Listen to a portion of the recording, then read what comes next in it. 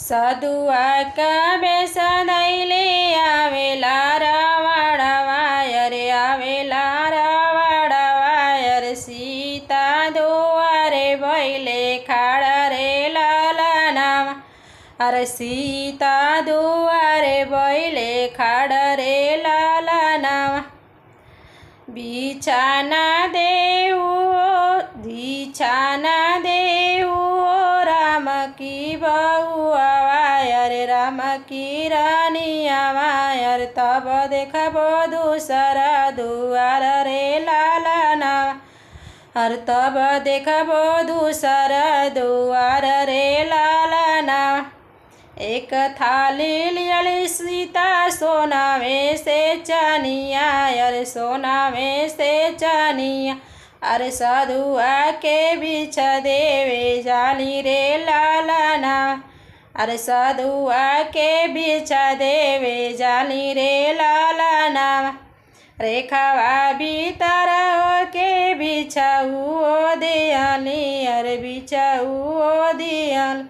अरे नाही लेबो बिछावा तोहार रे लालनावा। अरे नाही लेबो बिछावा तोहार रे लालनावा। एक पाव बाहर कैली एक पाव भीतर कैली एक पाव भीतर कैली। अरे लपकी धरेला दाहिन बारे लालनावा। अरे लपकी धरेला दाहिन बारे लालनावा। चलो चलो सीता हो लंका की नगरिया अरे लंका की नगरिया। अरे बनी जाऊ लंका की रानी रे लालनावा। अरे बनी जाऊ लंका की रानी रे लालनावा।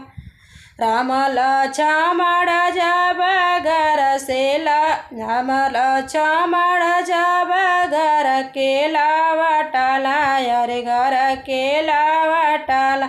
अरे कुटिया परेले सुन सन रे लालनावा। अरे कुटिया परेले सुन सन रे लालनावा।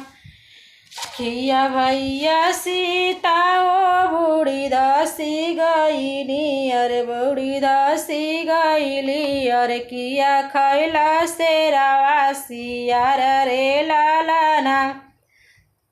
अरे किया खैला शेरावा सियार रे लालनावा। नाही भैया सीता ओ बूढ़ी दासी गईली अरे बूढ़ी दासी गईली। अरे लंका के रावण हाल हरि गईल रे लालनावा।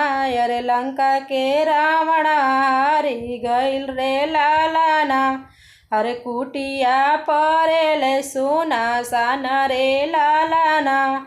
अरे कुटिया परेले सुना सन रे लालनावा।